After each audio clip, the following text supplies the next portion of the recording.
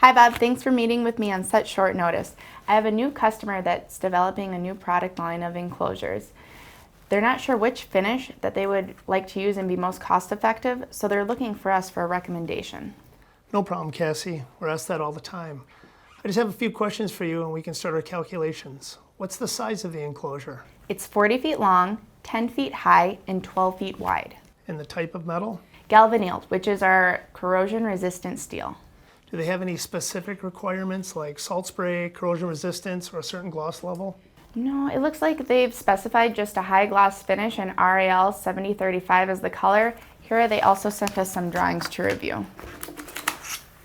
Great. Well, the first thing we need to calculate is the overall size of the enclosure. But remember, we don't coat the roof, the bottom, or the inside of the enclosure. Oh, good point. So, what is the area of an enclosure that's 40 feet long, 10 feet high, and 12 feet wide?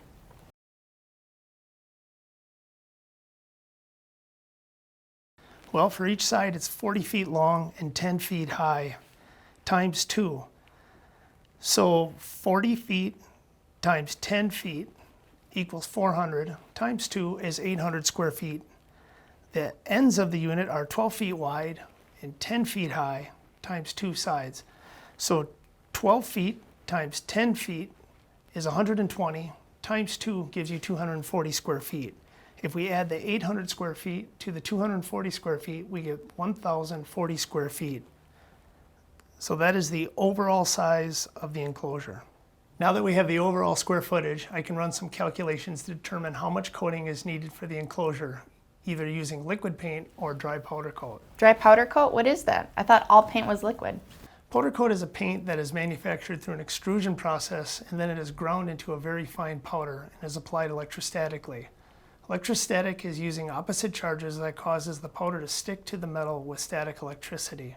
Cool. So what other pieces of information would you need to figure this out? For dry powder coat, we will need to know the coverage rate per pound of powder at 1 mil and 1 specific gravity. The specific gravity for RAL 7035, the mil thickness required, and the transfer efficiency of the spray equipment, and the cost per pound for the powder coat. Using this information, we can determine the actual coverage rate of the powder coating, and with that we can determine the total pounds of coating required. Wow, and then you have to do that all over again for liquid paint? No wonder estimates take so long. So what do you need for that piece? For liquid paint, we would need the coverage rate per gallon at 1 mil, the mil thickness required, the transfer efficiency of the spray equipment, and the cost per gallon of liquid paint. Here's how we calculate actual coverage rate for powder coat. We would take the coverage rate per pound divided by the specific gravity, divided by the mil thickness, times the transfer efficiency as a decimal to give us the actual coverage rate. And here's how we would calculate the actual coverage rate for liquid paint. We would take the coverage rate per gallon divided by the mil thicknesses required, multiplied by the transfer efficiency specified as a decimal to calculate the actual coverage rate.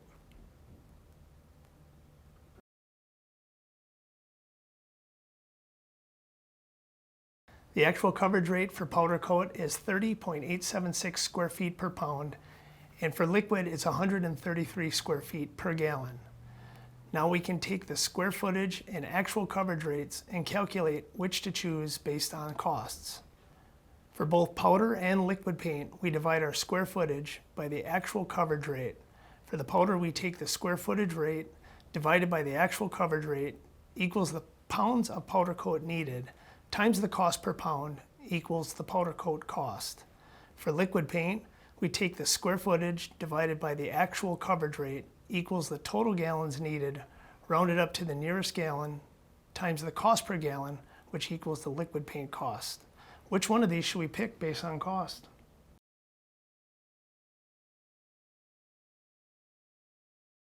Looks like the powder coat is less expensive at $302.78 and the liquid is $360. I'll give them both estimates and they can discuss. Depending on what's going inside these enclosures and where they're going to be installed, there might be other factors that make the decision instead of price alone.